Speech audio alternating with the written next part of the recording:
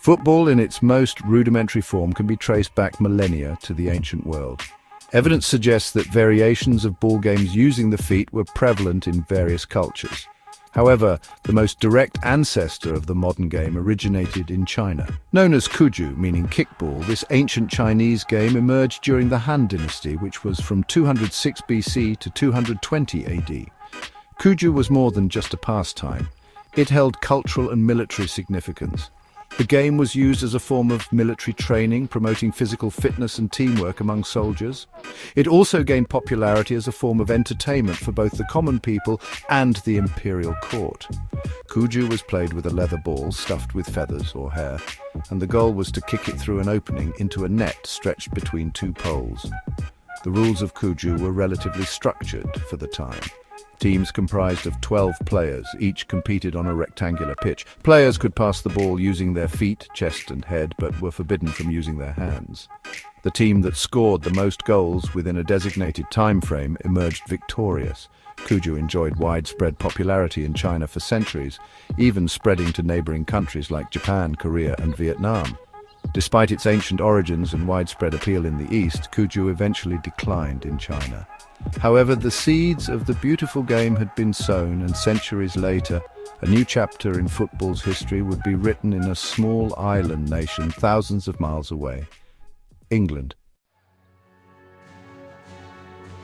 Fast forward to the 19th century in England, where football underwent a significant transformation from its disorganized folk game roots to a more formalized sport.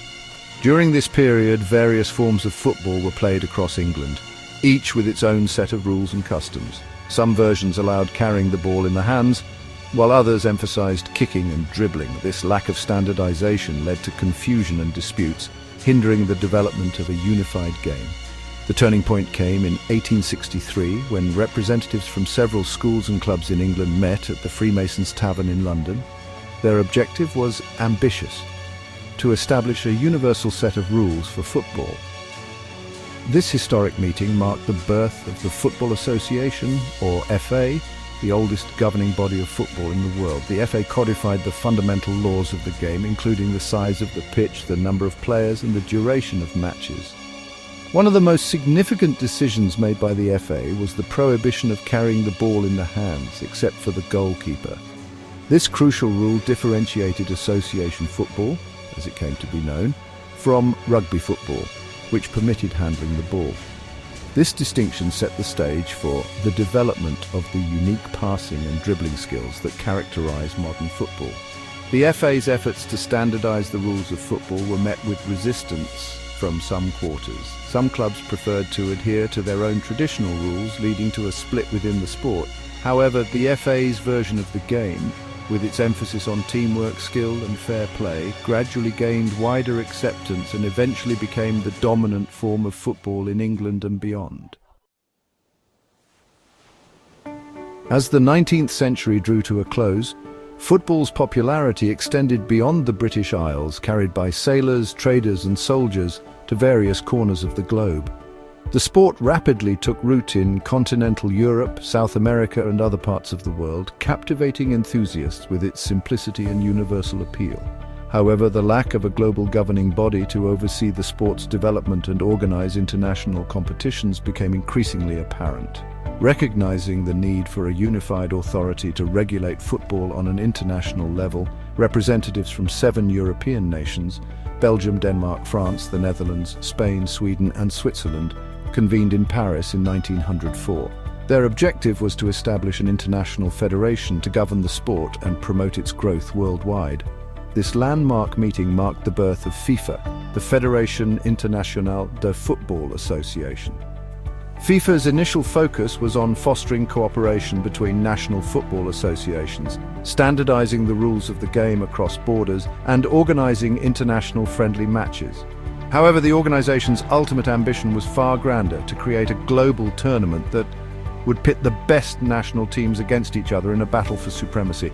This dream would take almost 3 decades to realize, but its eventual fruition would forever alter the course of football history. The formation of FIFA was a pivotal moment in the sport's evolution. It provided a platform for international cooperation and laid the foundation for a truly globalized game. FIFA's establishment paved the way for the creation of the world's most prestigious sporting event, the FIFA World Cup, which would captivate billions and solidify football's status as the world's game. Section 4. The birth of a global spectacle, the first World Cup. The dream of a global football tournament, first envisioned during FIFA's inception, finally materialized in 1930. Uruguay, a nation brimming with footballing passion and recent Olympic success, was chosen as the inaugural host of the FIFA World Cup. 13 national teams embarked on a journey to the South American nation, eager to etch their names in the annals of football history. The first World Cup was a far cry from the meticulously orchestrated spectacle it is today. Teams faced arduous journeys by sea to reach Uruguay, and the matches themselves were played in hastily constructed stadiums. However, the tournament's significance transcended these logistical challenges. For the first time, nations from different continents would clash on the football pitch, showcasing their unique styles and vying for global supremacy. The inaugural World Cup culminated in a thrilling final between the host nation Uruguay and their fierce rivals Argentina. In a tense encounter that captivated the nation, Uruguay emerged victorious, securing the first ever World Cup trophy with a 4-2 victory. The final, witnessed by over 90,000 spectators, cemented Uruguay's status as a footballing powerhouse and ignited a global passion for the World Cup that would only intensify in the decades to come. The 1930 World Cup was a watershed moment in football history. It marked the birth of a global sporting spectacle that would unite billions across borders and cultural divides.